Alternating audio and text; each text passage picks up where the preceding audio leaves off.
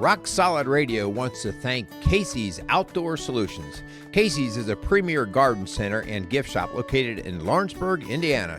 They offer a wide selection of high-quality plants, landscaping materials, and home decor. They do amazing high-quality work and can help you transform your indoor and outdoor living spaces into something beautiful. So stop by Casey's Outdoor Solutions today and let them know you appreciate their support for Rock Solid Radio. Visit Casey's today at 21481 State Line Road, Lawrenceburg, Indiana. Welcome to Rock Solid Radio. I'm Linda Hutchinson, the Executive Director of Rock Solid Families, and I'm here with my better half, Merrill. How are you, babe? I'm doing great. How are you doing? It's summer, so I know you're good because you love summer. Yes, I love summer. It's going to be in the upper 80s today. Yeah. That's just starting to get warm enough. I want to get out. Yes. Yeah, it doesn't go well with our series, though, that we're working on about I Want It Now. It does it perfectly. You don't get summer all the time like you want. Yeah, but I do want it, and I crave it, and I'm not happy till I get it. Oh, my gosh. Yeah, so we're going to get jumping in on this show. But, hey, you know, I have a question for you. What? When you go out, when you're doing life, okay, you're doing life because, you get like. I'm scared about this. You get just laser focused on things, just like, oh, man. Yeah. When you get something in your mind, like, what do you hate waiting for? What do you hate waiting for? Waiting for? Yeah. Now, and don't be saying like my body and stuff like that. No, that can't do that. That's a whole nother show. Yeah, Actually, okay. I think we're going to get to that in a couple weeks. No. Gosh. Well, this is going to sound really trivial to you and those out listening. But if you know me really well, it might not. But I have this incredible craving, constant craving for Dunkin' Donut iced tea. I think we should get Dunkin' Donuts as one of our sponsors. We've tried. I want them to move down the street from our office. I would love to. I can see it now. Linda with tea and the kids with donuts. Okay, it is unsweetened tea. Okay, so with a lot of lemon. I love a lot of lemon. You do. And so four. She owns four lemons in every tea. And so I don't know. And this, I have to do this every Lent because I have to cut myself off to show that I can wait. I can go without, but I have a hard time driving by a Dunkin'. Can I just tell you this, guys? She does wait, but the rest of our lives are miserable while she's waiting. No, I have a hard time driving by a Dunkin' without going in. So during like Lent, it was like, oh my gosh, I can't go that way. Yeah. So that's really hard. I know that sounds so trivial. It is, but I mean, I don't want to belittle it. What about you? Because I'm sure I'm not the only one that has cravings has Linda to be and I, satisfied. we always talk about, we always say that every show that we do, we are currently battling it or we battle it or we're, we've had an argument about it or whatever, Yeah. And I told Linda, I'd rather just skip this show because this show is all about me. Actually, yeah. This is a 4-part series. And when Linda wants to pick on me or my shortcomings, this would be a place that she goes. Because I have here's kind of my deal with things. Here we go. Now, I mean, now you tell me if I'm wrong on this, Okay, but this I is will. how I perceive myself. Yeah. I perceive myself as generally pretty go with the flow. Yeah. I don't, I generally lower maintenance. Like I can go do whatever. Yep. But when I finally get something in my mind, whether it's to buy a car, whether it's to buy a pair of shoes. Shoes, yeah, I was just going to say shoes. Whether it's to do whatever. I mean, like once it's in my mind, like I do not spend any time because I feel like I've already done it, like research and all that stuff. I mean, I just go pull the trigger. Yeah. And you're like, my gosh. Now, don't do that. Don't do that. Let's talk about cars for a second because this got you in trouble about purchasing a car. I don't consider it trouble. I consider it a learning experience, Linda. Tell them about that experience because you had decided, like, I need a car. And so you went out and bought something and then you had buyer's remorse. So I think we may have shared this story, but it was time for me to get a car. My vehicle was on its last leg, and we had just adopted our kids, our 3 younger ones, and I had always owned a truck. And I was like, I just kept beating myself up like, no, I can't have a truck, you know. I need to get something that transports all the kids, you know, and all this stuff. Gosh, you say that like it's torture. Not because of the kids, but because of the vehicle I had to go to. And so I started looking at all these little mini cross SUVs and stuff. And so I don't even want to name the car because it's not about the car. I bought one. Okay. And I drove it. I drove it for about 5 or 6 months. No. Wasn't even that long, was it? Yeah. Like 6 weeks. Oh, no. Okay. It wasn't that. It was about 6 months. Somewhere in there. Because we actually went to a marriage seminar where we wanted to work on our marriage. And we had an opportunity to speak. And part of it was just... going deep, like something that's bugging you, something that's on your mind, a regret that you had. And kind of like your tea, you said it was a trivial thing. I was like, okay, so I'm going to tell you something that's just been burning me up. You know that stupid car I've been driving? I hate every minute of it. I hate the car. I want my truck back. And but I felt like I was like coming to the cross. Like, I just can't do it anymore. And you look at me, you're like, well, then go get a stupid truck. What the heck? What did I do? Like, oh my with gosh. Guys, I got home from that marriage thing on a Sunday, and by Monday afternoon, I was saying, "Hey, honey, guess what?" Oh my goodness! It was like pull the trigger, and it was actually you already had done the deal. Like you were actually just inviting me down to sign some papers. Because I said I need a ride home. I was like, "Hang on, are you serious? Like, did you just sell a car you've had brand new car, by the way, less than 6 months?" Yeah. And we lost our shirt on that a little bit. Yeah, our socks, but not the whole thing. But that's instant gratification. Like I think I want this, and so. But let me tell you. Like the first car I bought was not instant gratification. And you know how hard that was. And so I think not to dismiss any of my problems with instant gratification, but I think when you kind of know what you like I will say, hon, with most everything that I buy that way, whether it's bikes or whatever, I don't have regrets. No. It was a time that I put a lot of thought into it because I questioned my character, like the type of thing I want. Like, no, I don't need a truck thing. I'm going to do this other thing. And so the more thought I put into that. So some of this is to trust your instincts.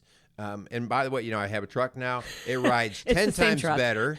It's the same truck that I bought. And the kids transport absolutely fine in it. Yeah. So it's not a big deal. Can we, while we're on the subject of cars, I'm going to put this out there. Oh, no. I know where this is going. So I have a vehicle that I've had it's a 10-year-old vehicle. It's got over 200,000 miles on it. Yeah. And so I'm kind of in the market. Okay. Now this one would want to pull the trigger like 6 months ago, but it's my car, right? So I get to pick, right? It's up to her. So I'm the kind that shops all over the place and then sometimes goes back Drives me insane. Thank you. Sometimes goes back to the same exact first dealer that I had looked at the car, whatever. Most all the time we go back and buy the first one we saw 6 months ago. So we just happened to have been out today, my daughter and I, and so we might have. Newsflash. We might have. I'm kind of saying this out. We kind of might have pulled into a dealership. Kind of might have. And kind of found a car that is kind of like pretty much what I'm looking for. It wasn't the color I'm looking for. It's a couple years old and it's probably in our price range. It didn't wow me. Okay, and my daughter's like, "This is pretty cool, Mom." And all of a sudden, right across the lot is the exact same car in the color I want. There was the wow car. It's the wow car, but it's brand spanking new. Oh. And it's got 35 miles. I even said this in the car on the way home, like not 35,000, like 35 miles. So it's brand spanking new. And so my daughter, of course, is like, "Oh my gosh." Which, by the way, all of our kids suffer greatly from instant gratification as well as their parents. Yeah. But she's like, "This is it. We need to talk Dad into it." And I said, "Mackenzie, it's not in our budget." And she's like, "What's your budget?" And I was like, I think this. She probably said, "What's a budget?" Exactly. But if it was up to her, we would have bought that car before we got home today. Yeah. And so we're talking about that today and we're having some fun, but we know that this is a serious subject that affects a lot of people and it affects marriages and health and relationships. And so we really just want to tackle that in this series called I Want It Now. Yeah. So what we're going to do, guys, is instant gratification is kind of the theme, the drop behind everything for the next 4 weeks. And our topics that we're really going to grab hold of are going to be talking about entertainment, phones, just what we go to right now to please our eyes and to please our mind. There's going to be talk about sex and pornography. What? Yeah, woo-hoo, that's a show. All right. And then there's going to be one about money. A lot of these have money kind of interlaced in them, but just the money and the effects of that. And so you may have heard at different points in time some of these conversations over the years that you've listened to us. But this is the stuff that walks in our door. This is the stuff that tears families apart. If you are currently dealing with this yourself or somebody in your family, you know what it's like. And it's sometimes it's like managing the beast. You're not going to kill the beast. No. You're going to manage the beast and try to tame the beast. And that's really what this is about. Like like just because I've acknowledged that I struggle with like, hey, if I see it, I'm going after it.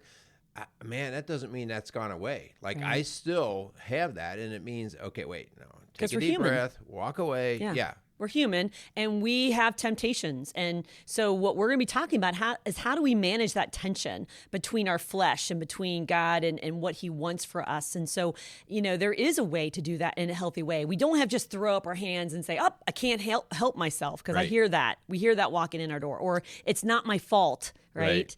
Or everybody's doing it, all those kind of things. So, but before we do, we definitely want to thank our sponsors. Yeah, let's thank Casey's Outdoor Solutions for coming alongside of us and continuing to be strong supporters of what we do here at Rock Solid Radio and along with Rock Solid Families. Also, we just want to thank Maxwell Construction for them as well, being really among the first supporters of our work here and continuing to be strong supporters. So we want to thank Maxwell and Casey for coming alongside of us and continuing to do what we do. Even though sometimes we get kind of tricky little topics going on. And we've definitely not been dancing around them. They stand behind us. Yeah, we're thankful. And if you haven't been checking out our shows recently, we have been tackling some really tough subjects. A couple weeks ago, we did cancel culture and what our world is saying and how we're responding to people that we don't agree with. And then just last week, we tackled a really tough one on gender confusion in our kids. So if you haven't checked that out, even if it's not in your home, you probably know someone who's struggling or hearing about their family struggling with this. So we really encourage you to go back and check it out. The key to difficult topics, whether they're on the air here that we're putting out or in our office, the key to getting any progress within those is civility. That's the key. And so when you look at topics that are hard, we just ask you to keep civility in the mix, because civility allows us to step back and to be able to learn and to read. So when you and I deal with a tough situation, maybe with a couple that comes in, and there's a lack of civility, we set up ground rules when we're working with a couple or a family and say, hey, basically, here's the civility rules. Here's how we're going to interact. If you're paying me money to work with you, here's how we're going to interact. And if we can't do that, then all bets are off in terms of whether we're even going to work together. Yeah. And so civility is what allows us to come to the table and have these learning discussions. And that's what we would ask. If you hear something that you oppose or whatever, we just ask you to come to us with civility and say, let's teach each other, because there's always another way that I can look at something. Right, and ways that we can learn. And by the way, where did you learn that? We're supposed to learn it at home. Right. We're supposed to learn it and have it modeled by our parents and our grandparents. And unfortunately, that's not happening as much anymore. And so our children are learning, this is what I do when I disagree with you, when I have a conflict. And so we want to really help you as parents, if you are a parent or a grandparent, to teach this to your children so that it helps them to cope with life and people who are not going to agree with them. Right. So why this topic, Hun? Because this series is an important one, we feel. Why is it? Help our listeners, our watchers, our viewers to understand why we felt like this topic was an important one. So instant gratification is one of the primary ways that in our belief system that Satan works on us. Instant gratification goes all the way back to the time of Adam and Eve, when we were hearing the story about you can have everything you want in this garden, but do not eat. Yes. So one little barrier, one little boundary, and all of a sudden curiosity. Oh, if I had this, I'd have all knowledge. Right. And wonder why they're keeping this from us. Yes. so much of what we're going to be talking about, when you talk about instant gratification, you cannot help but to bring in the ideas of fleshly desires. And so much of that is part of the human experience. And so there are things that we call God's nature, and there's things called human nature. And they are very, very different. And human nature came from the idea of, okay, you're going to have fleshly desires where I'm going to give you that free will. But just as we talked about before, like teaching how to get people to get through a disagreement, you have to have civility. Teaching people how to work through human nature, you have to give them what to shoot for and how to go about it. Like, well, what's the better way? And we always, we come back on our show all the time and say, oh, you know what? It does sound like God's way does work better. So when you do humble yourself and you go, oh, if you do follow God's nature, how does it turn out? So anyway, and the reason why we exist, that Rock Solid Families is, I want to say 99.9%, probably 100% of everything that comes in our office is due to something related to human nature. Selfishness, the whole phrase, pride. the term of selfishness, Addiction, pride. yeah. I want something. I'm not going to give. I'm going to, and so these are all based in an instant gratification or self-gratification. Yeah. So you cannot be human and not experience this. Yeah. And even the idea that Christ took on human form, that was for the sake, like he got to experience also Temptation. fleshly desires. Yeah. That's right. Yeah. But he, knowing God's nature and being part of God's nature, was able to put it in its proper place. Yeah. And that, I'm glad you brought up the fall of man, because really Adam and Eve and the temptation in the garden and their ability to do anything they wanted and enjoy every blessing of God's provision. But he said, do not eat out of the tree of knowledge. And he did that because he didn't want us to see the other side of what it could be. And because of that desire and that draw to wanting more, that's where this all started. Right. And ever since then, we've struggled with this tension between God's nature and human nature, from the flesh and the spirit, from what we are, our tents want, our earthly desires want, versus what God wants for us. And so we are always going to have that tension. And just like we said last week with gender confusion, and this is super important, okay? Part of what we as Christians need to understand is that we all are tempted in different ways, and we all sin and fall short, okay? Sin and temptation are different things. And so we can be tempted by all kinds of stuff. I'm tempted to go out and buy that brand new car. I'm tempted Dear to go Lord, out. help her with that temptation. But acting on that is when the sin occurs. Yeah. So we can be tempted by this same-sex attraction, let's say, and not be in a sinful relationship. And so we have to understand we've got to keep those temptations in check. It's all going to happen with all of us, but it's what we do with those temptations and those cravings is what's going to lead us down that path of destruction. Right. I mean, that is so on the target. And that's why I don't care who you are. If you are human and you're living, you can You're listen tempted. to this, because part of what we're going to talk about, Hun, is it kind of is what you just alluded to, the idea of we all have strengths and weaknesses in this area. And what we often do is we get into the finger pointing and pointing to somebody else's struggle with their instant gratification. So maybe it's pornography, and it's really easy to go, oh, that's a sick person, man. I can't believe him, or maybe it's alcohol, or maybe it's money expenditure, or maybe it's same-sex, whatever it is, okay? And so it's so easy to point that out on somebody else when we are really called to look in the mirror. Yeah. And so part of our work in this process here is going to be looking in the mirror, looking at our own strengths and weaknesses, and don't break your arm patting yourself on the back when you don't struggle in a particular area. Well, exactly. that's not my That's problem. not my issue. Yeah, because your other arm's going to come around and smack you in the head because you do have a problem in another area. This is a very silly example, but I think it's a perfect one, is that when we first got together, I'm not really a candy person. Like I could leave a candy bar sit in my car for a week. That's ridiculous. I know. But Merle has this Another one of my craving problems, guys. for candy. And he has told me over and over again, over the years, as we've been married and have children, please do not buy candy. So in our office, when we started Rock Solid Families and we've got mints and all this stuff, I put candy out, and you about bit my head off because you're I like, still continue why to. are you putting candy out? One, we have a gym and we're working about healthiness. And two, I can't let it sit there. See, I can leave a bowl of candy on my desk for a month. I've said this before. She buys a Snicker bar. She opens a Snicker bar. She takes one bite out of it. She folds up the wrapper, puts it back in her driver console, and it sits for 2 weeks.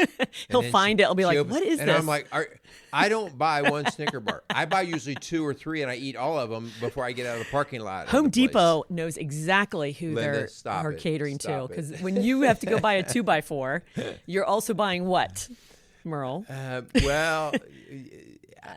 Because I am so aware of this, I try not to. But when I fall, I usually buy some candy bar or something. But most of the time, I'm like, no. I'll tell you what, I'll just get a Diet Coke. That's what I'll do, just a Diet Coke, just so I can fake the sugar Well, why do you taste. think they put the candy in the aisles of the grocery? You don't have to convince me. I know. Do you know when I was had young kids, there actually used to be a candyless grocery aisle where they had it because parents knew how hard it was to go down the aisle, and the kids were like, mommy. Mm-hmm. And so, and as parents, we're trying to get through the aisle and not let the kids like freak out. And so they'll give them all these things. And so the kids learned, if I scream or throw a temper tantrum, I get the candy at the grocery. Yeah. So what are we teaching them? Yeah. So anyway, that's a kind of a little example, but that's an example of, it's not my vice, but maybe chips are my vice. And so it's like, I can't buy chips and leave them sitting around. And I won't touch them. Yeah. They do nothing for me. So guys, I want to hit on something that's extremely important, especially when we're helping kids through this process. If I think of like a wild stallion, I think about the energy, and you got this colt coming along, and it's just full of energy, and everybody's kind of afraid to work with this thing because it's so strong and so powerful. You're like, we've got to knock the energy out of this horse, okay? And that is so not the course of action. Like if I wanted to, I could just kind of run the horse on a knocked out anesthesia of some sort. I could give him tranquilizers of some sort, and I could impair him. I could knock him down. And I would be less irritated by that horse. But that's not what God calls us to do. God does not call us to impair our children. He doesn't call us to impair ourselves. He calls us to tame ourselves, to tame the tongue, to tame your flesh. And so that way I take the same amount of energy in that crazy, strong, wild horse, and now I tame it, and I still have the same amount of strength and everything else in that horse, but now I put it into a direction. Yeah. It becomes workable. And so that's our goal here. Yeah. You're not like, just, you're changing me. You're holding me back. You know, that's what you hear. Yeah. But Celebrate Recovery, we've talked about before, and it's a great Christian-based recovery group. But I have had the personal experience of people who have struggled with some kind of addictions or temptations, and they have gone cold turkey. It's like they're all or none people.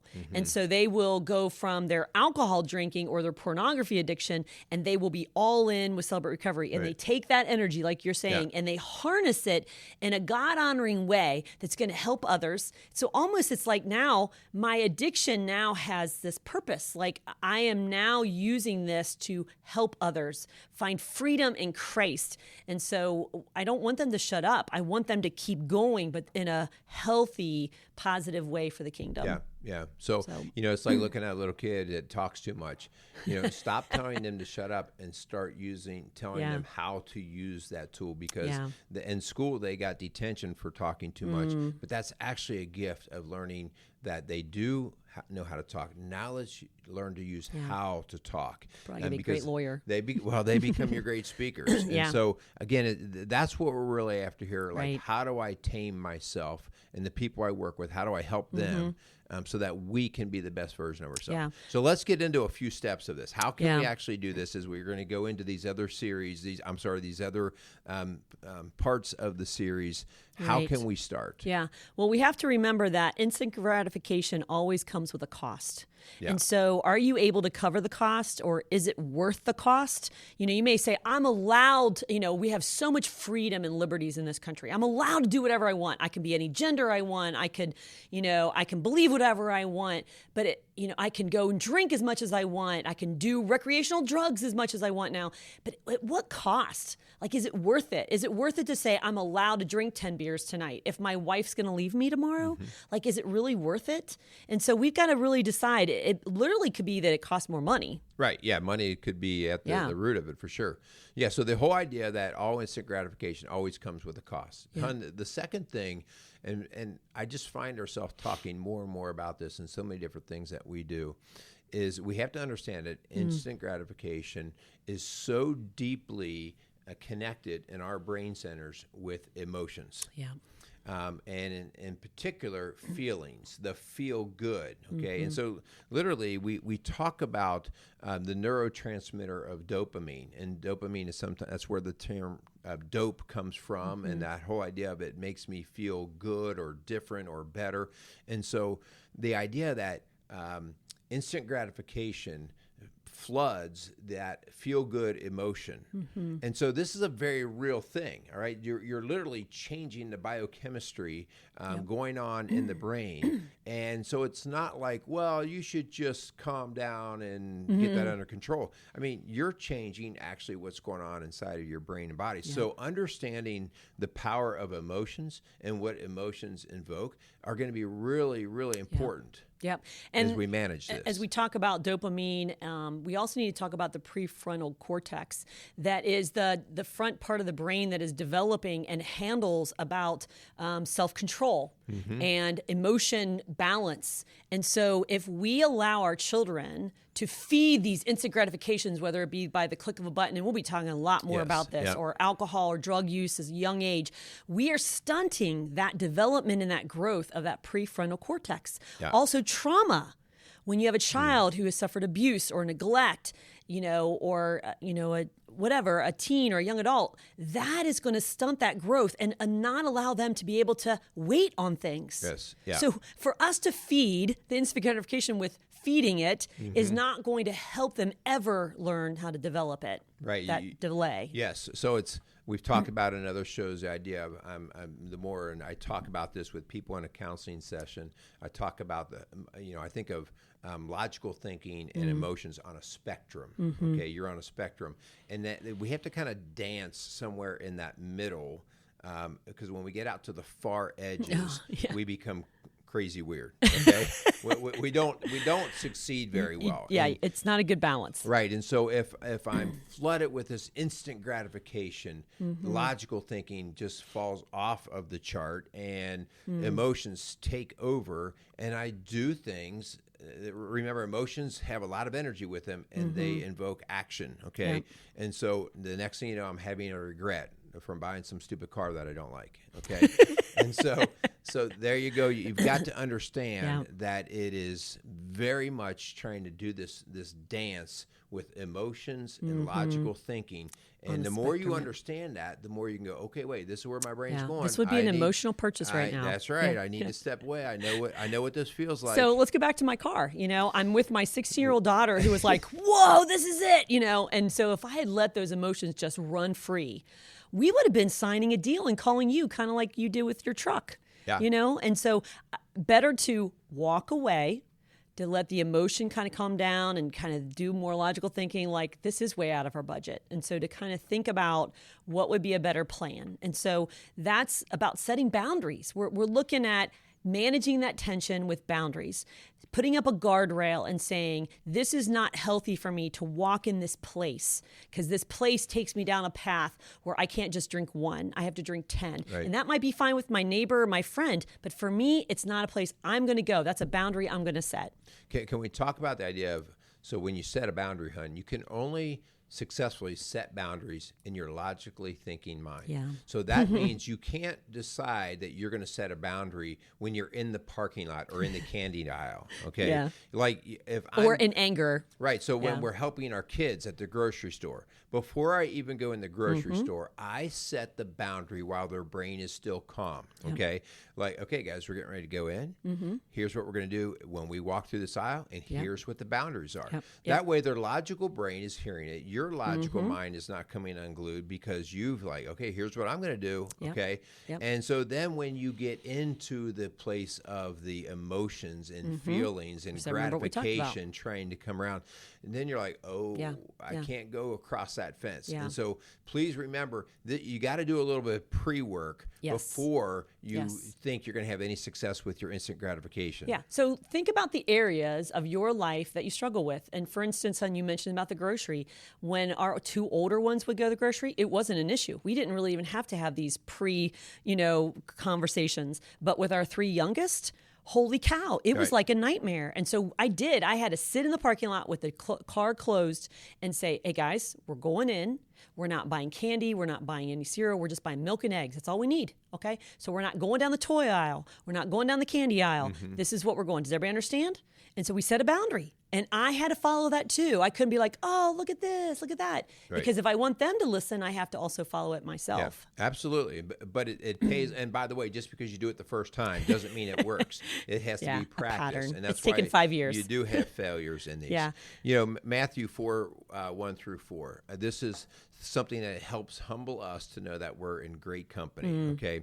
Then Jesus was led by the Spirit into the wilderness to be tempted by the devil after fasting 40 days and 40 nights. So I'm done right there. Okay, I'm done right there. You won't make it 40 days. He was hungry, and mine says, duh. Yeah, he was hungry. My gosh, the tempter came to him and said, if you are the Son of God, tell these stones to become bread. And Jesus answered, it is written, man shall not live on bread alone, but on every word that comes from the mouth of God. In other words, seeking God's nature, okay, depending on God. God, help pull me out of my human flesh and pull me into your spirit so that I can overcome and understand what would be best for me. And so this is one of Christ's, one of his first opportunities where he shows us how to basically deflect our flesh pulling on us. Now, go ahead. I'm just thinking about how hungry I would be. And if I had the ability to turn a rock into bread, that's a no-brainer for my human desire. Yeah. And so, by the way, I'm not saying that your friends or your family members are Satan, but Satan uses people sometimes to draw us into places and things. You have. Get back from me, Satan. I say, you do. Get away from me. You do.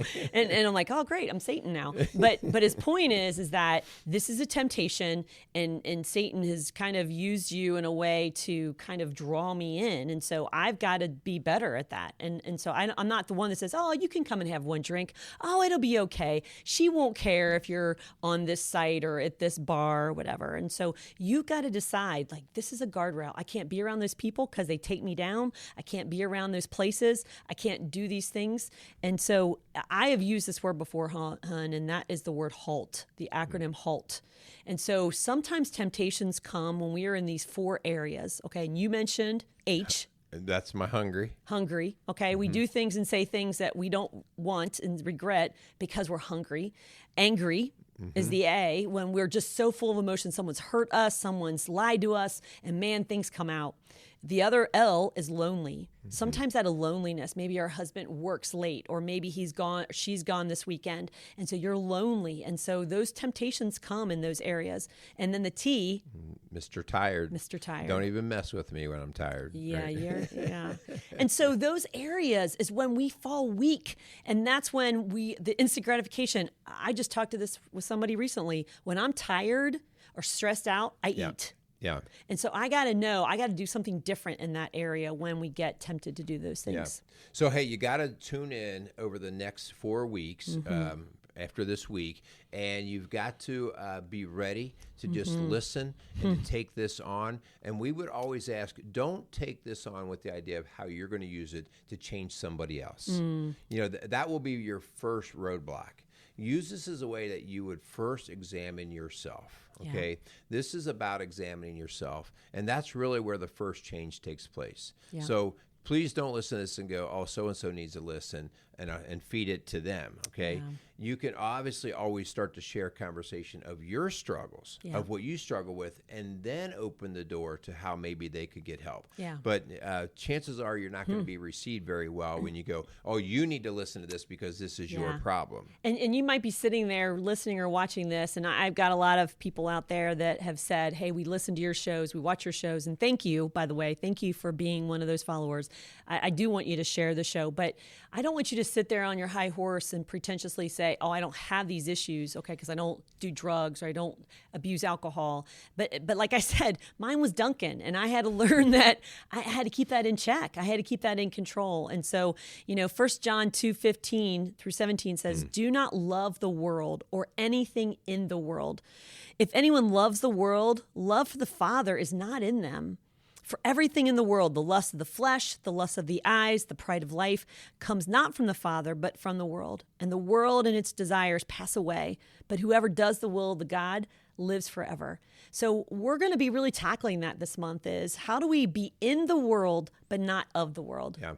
And it's a management job. It is not one of perfection. No. And so please tune in, listen to us again. We want to thank Casey's Outdoor Solutions and Maxwell Construction for coming alongside and helping us out. We also, Hun, as you said, we want to thank all of our listeners. Please give us a 5-star rating, subscribe to our shows, and share our shows.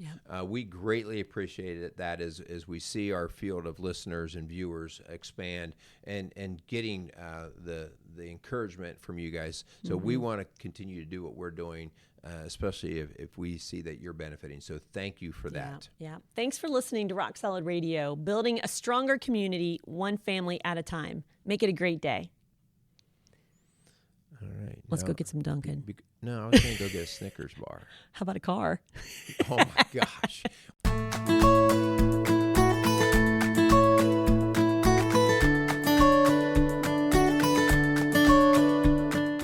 Rock Solid Radio wants to thank Maxwell Construction, who has been our sponsor since the very beginning. For over 30 years, Maxwell has delivered the highest quality projects by holding to their core values of customer satisfaction, positive attitude, respect, and excellence. So if you have any kind of commercial construction need, give Maxwell Construction a call today at 812-537-2200.